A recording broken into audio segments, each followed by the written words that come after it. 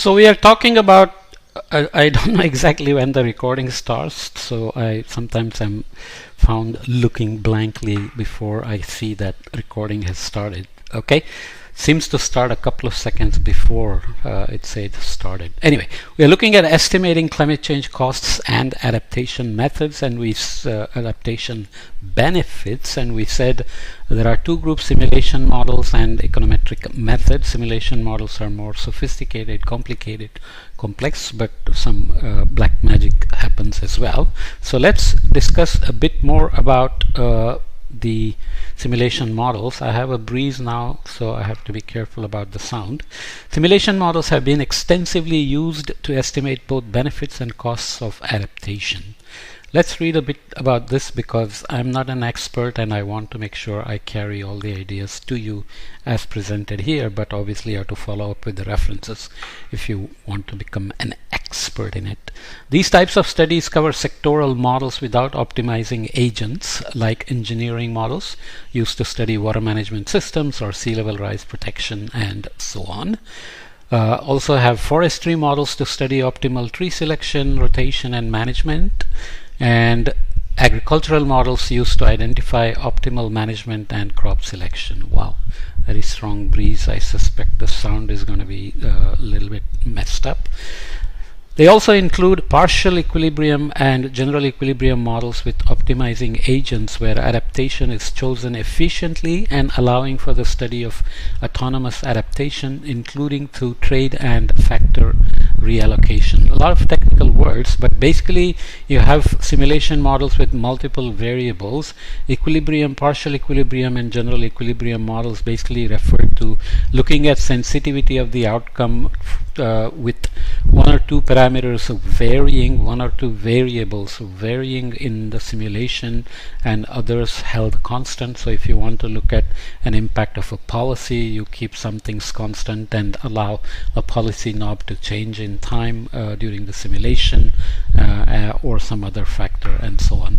The advantage of simulation in studies is that they can measure the effect of different adaptation solutions by turning them on and off in various simulations. So that's what we mean by sensitivity studies in climate, for example. They can also simulate the impact of climates that have not been experienced yet, which is the main goal, so you are adapting for the future as well. For this reason, they have been used extensively to study virtually all climate sensitive sectors, with protection from sea level rise as a primary application. Again, you should remember that sea level rise is getting a lot of attention. The projections are not that reliable at a very local scale, like say a city along a coast for Manhattan versus Mumbai versus some Ho Chi Minh City or something. I hope that's on the coast. The disadvantage of these models is that they rely on many assumptions on behavior, technology and costs that make them very sensitive to alternative parameterizations. So this is always tricky because you are including technological promises of the future, and it's not clear when they will really become viable, or you are assuming behavior which can depend in a complicated way on perturbations like the pandemic, for example, and so on. Okay, two special classes of simulation methods are integrated assessment models, which you have discussed elsewhere in detail, so you can look up those podcasts, and computable general equilibrium models. So computable general equilibrium models, as we'll see, use data, and general equilibrium versus partial equilibrium depends on how the turning off and on of various simulations in various simulations is done. Integrated assessment models integrate the energy system, the economy, the climate system, and in some cases land in a single framework. Often these are not sophisticated climate models. They are much more focused on socioeconomics. So climate is often a exogenous forcing in terms of temperatures, rainfall, and sea level rise, and so on. The models used for the studies in Figure 1 are DICE and its general variant RICE. That's Bill Nordhaus, who won the Nobel Prize for his work on climate economics. Page. Other IAMs used for the cost-benefit assessment of climate mitigation are MERGE, which this is a small set of models. Many energy economy models that are also commonly called IAMs do not describe the feedback of the climate system on the economy and are used to study climate mitigation policy without estimating mitigation benefits. So mitigation is mostly going to modulate the emission pathways, concentrations, and then give it to climate models to look at radiative forcing and so on.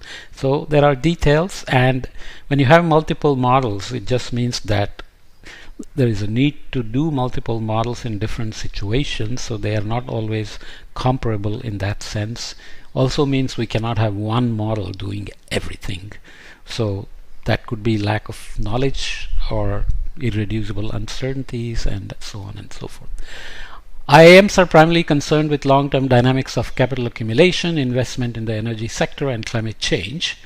I won't read all the details. Although there are differences across IAMs, a wide range of impacts is considered: temperature change, sea level rise, tropical cyclones, and catastrophic events. In some cases, non-market losses, such as losses from ecosystem and amenity values. So they are monetized and included among damages. So how do you do the monetization of ecosystems and amenity values or well-being is not always clear. So you have to be careful how it is parameterized. Several authors have criticized the use of IAMs. I have a podcast on this elsewhere, especially their use in cost-benefit analysis of climate mitigation policy. One recurring theme is the inability to model catastrophic climate outcomes, like extreme events or tipping points, as some people refer to, which I'm not a big fan of.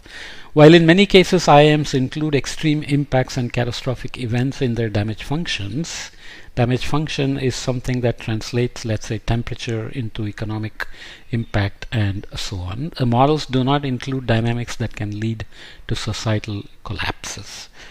Is there such a thing as societal collapse at all? So I have podcasts on that as well. So anthropologists differ on this terminology, societal collapse, because they think people try to adjust, let's say, to a reducing monsoon by doing rainwater harvesting and other hydrological structures. When it becomes impossible, they move and they assimilate into other civilizations or cultures and communities and so on, societies, rather than collapse. Okay. Computable general equilibrium model CGEs include many sectors and many regions, with trade among regions and sectors. So now you're adding complications. This greater sectoral and geographic detail can easily be accommodated by shortening the simulation horizon relative to IAMs. IAMs were used to develop IPCC scenarios, and they have to be integrated to 2100 and sometimes beyond, so centuries. And CGEs don't do that. They have much shorter integration horizon. The long-term dynamic relationship between the economy and climate cannot be reproduced with the same detail of IAMs. So IAMs already have a simplified climate detail with some feedback with socioeconomics in some models, but CGEs don't even include that part. These models rely on exogenous climate shocks and are parameterized using econometric evidence. So we talked a little bit about using past disasters to perturb GDPs for the future when you do planning and budget allocations for adaptation. CGEs can provide many useful insights on aggregate climate change impacts and on market adaptations, with possibility to estimate how each channel, for example international trade, contributes to reducing or amplifying climate change impacts. So they try to represent the feedback to climate by looking at socioeconomic activities, but they are not as detailed as IAMs.